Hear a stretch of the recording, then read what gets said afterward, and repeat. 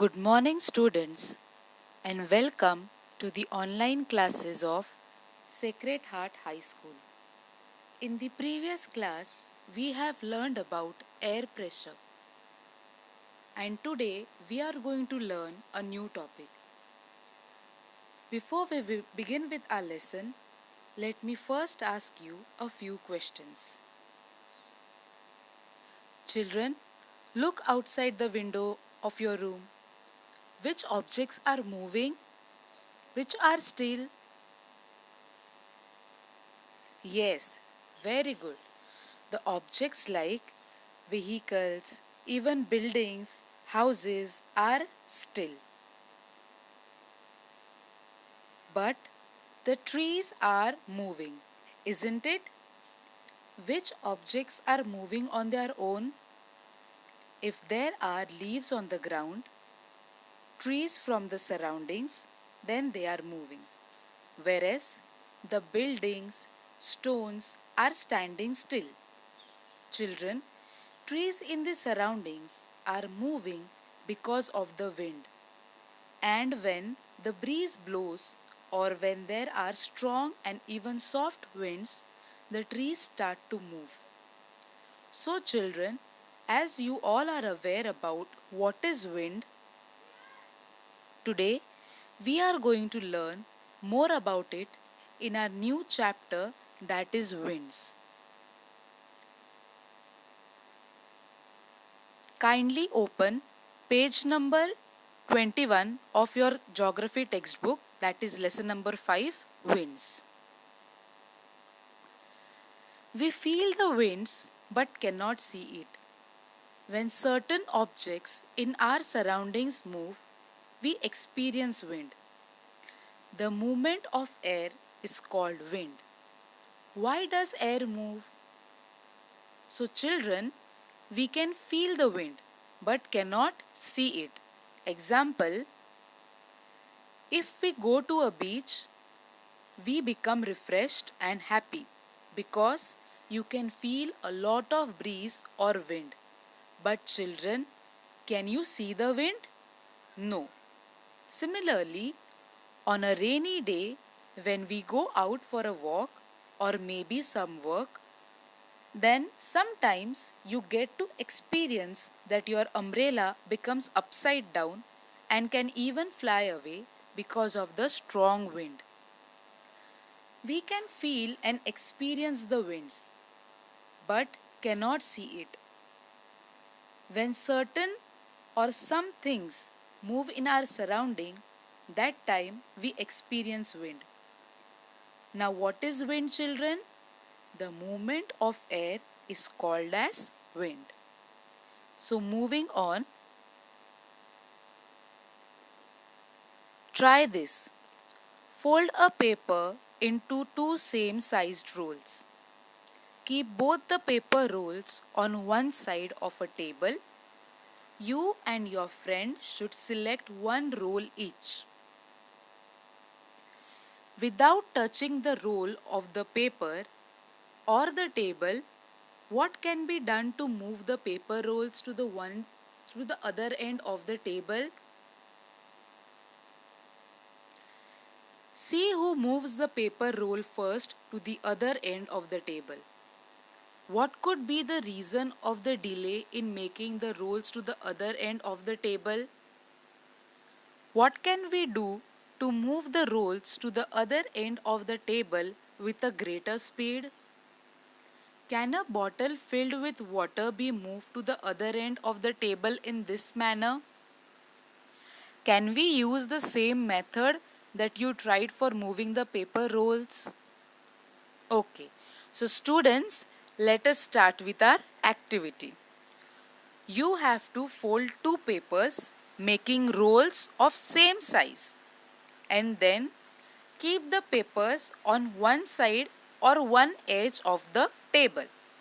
Next, you and your friend will select one paper each and then try to move the paper rolls to the other side of the table without touching them. Think, how can you do it? But remember, You can't touch the paper. As shown in the picture, if one tries to blow the paper from your mouth, the other child has taken a book and is blowing air with the help of a book. So, children, what do you think? Whose paper will reach first? Yes, the one who is blowing wind or air from his mouth, that paper will reach before. Whereas the other student who is doing it with the help of a book will not be able to move the paper very fast or not at that speed comparing to the other boy. The reason behind it is that the force of the wind was lesser. And if we want to move the rolls to the other end of the table with a greater speed, then we will have to apply more force to it. If the force of the wind is higher, then the wind can push the objects by moving them. Wind moving over and around objects can cause pressure changes around the object, which can also cause it to move. Now, children, if we keep a bottle filled with water at the place of the paper roll, can we move the bottle in the same manner, either by blowing air from mouth or with the help of a book? Do you think that it is possible? No, we cannot move the water bottle using the same methods because heavy objects are harder to move. The paper rolls were very light, but the bottle is heavy because it has water filled in it. Hence, if we want to move the water bottle, then the force of the wind should also be high. Remember, when being in a class of a stormy day, when the force of the wind was very high, our water bottles used to fall down from the rack if it was kept near the window. So this means that in order to move heavy objects, the force of the wind should be higher. Now let's move further. Geographical explanation. We have learned that the air pressure is not uniform across the Earth's surface. Air moves from high pressure areas towards low pressure areas in a horizontal manner. Winds are generated due to this movement. This means that, as we have learned in our previous chapter, air pressure, that air pressure is not uniform or not same all over the Earth's surface, and air moves from high pressure areas towards the low pressure areas in a horizontal manner. And when the air moves in this manner, the winds are generated. And so, children, winds differ in all the areas and it moves horizontally because of the Earth's rotation. Now let's study further. The extent of the difference in the air pressure affects the velocity of the wind. If there is less difference in the pressure, winds blow with less velocity.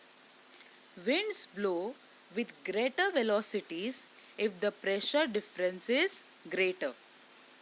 Wind speed also varies. Wind velocity is measured in the units of knots or kilometers per hour. Okay. So children, as we have seen that the movement of wind is caused by air pressure. But when the air pressure is applied in is different than it affects the velocity, means the speed of the wind, the more is the air pressure, the greater is the speed or velocity of the wind that blows. Whereas if there is less difference or less pressure, then the winds blow with lesser speed, that is lesser velocity. So from this we come to know that the speed of the wind can be different and it varies or changes. Before we learned that air pressure was measured in the units of millibars, and now it is said that the speed of the wind, that is wind velocity, is measured in the units of knots, which can also be called as kilometers per hour. So moving on, when we consider the earth as a whole, we find the direction of the winds is influenced by the rotation of the earth. In the northwest hemisphere, winds get deflected towards the right of their original direction, whereas in the southern hemisphere, they get deflected towards the left of their original direction. See figure 5.2. This direction has been shown by curved arrows in the figure. The rotation from west to east causes this change in the original direction of the winds. Okay, so children, when we see the earth as whole, then we get to know that the direction of winds is influenced or caused due to earth's rotation. As the earth moves, the winds also change their ways or directions. So in the northern hemisphere, winds get deflected or diverted towards the right side of their original direction. And this direction has been shown by curved arrows. See the figure 5.2. In this, we can see that the original direction of air, that is from high pressure to low pressure, is shown in red colored arrows, and the blue color curved arrows indicate the changed direction which is caused due to the rotation of earth. Also, here the winds are diverted or deflated to the right side of their original direction, whereas in the southern hemisphere, the winds get deflected or diverted towards the left of their original direction. Children, the rotation from west to east of the earth causes this change in the original direction of the winds. Moving on, winds are known by the direction from which they blow. For example, westerlies are winds that blow from the west. The direction of blowing, the duration, the regions covered, and the condition of the air determines the following wind type. Now this means that different winds are known by the direction in which they blow or move. For example, the winds that blow or move from west are known to be as westerlies. Children, the different types of winds are caused or determined by these things, like the direction in which they are blowing, the duration, that is the time, the areas or regions that they cover, and also the condition of the air. Now let us learn about the different types of winds. First one is planetary winds. Some winds blow regularly on the earth from high to low pressure belts throughout the year. These winds cover a large portion of the earth. Hence, these are called planetary winds. For example, the easterlies, the westerlies, and the polar winds. Now, this means that there are some winds that blow regularly, means they never stop, and they blow on the earth from high to low pressure belts throughout the year. Now, children, what is the name of our planet? Yes, Earth. Now, Earth is the planet on which we live. So, the name planetary winds is given because these winds cover a large portion of our Earth, and also they blow regularly throughout the year. Now, is it clear why they are named as planetary winds? Very good. So, moving ahead, in both the hemispheres, the winds blow from the high pressure areas between 25° and 35° parallels to the equatorial low pressure belt. See figure 5.3. Due to the rotation of the earth, their original direction changes. In the northern hemisphere, they blow from the northeast to the southwest, whereas in the southern hemisphere, they blow from the southeast to the northwest. These winds coming from both the sides converge near the equatorial calm belt. These winds are known as the easterlies. Now children, we are going to learn about easterlies. Easterlies is the name given to the winds, and we will study why the name easterlies is given to this specific winds. So children, look at the figure 5.3 of your textbook page number 22, or you can even see it on the screen. Now look at the figure and read where it is written easterlies with the arrows shown, and listen carefully. In both the hemispheres, that is north as well as south, the winds blow from the higher pressure areas between 25° and 35° parallels to the equatorial low pressure belt. Now, when the earth rotates, these winds change their original direction. In the northern hemisphere, they blow from the northeast to the southwest, as you can see in the figure. As we have seen in the previous part, that in the northern hemisphere, when the winds are diverted or deflected, they move towards the right side of their original direction, and they blow from northeast to the north southwest. This is about northern hemisphere. Likewise, in the southern hemisphere, we have seen that the winds are deflated or diverted to the left of their original direction. So they move from southeast to the northwest.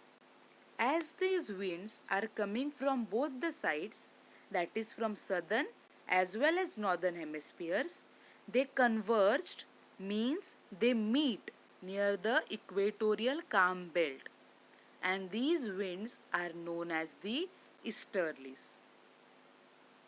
So children, have you all understood? Okay. So children, that's all for the day. I hope you have understood everything that is taught to you. Thank you. Stay home and stay safe.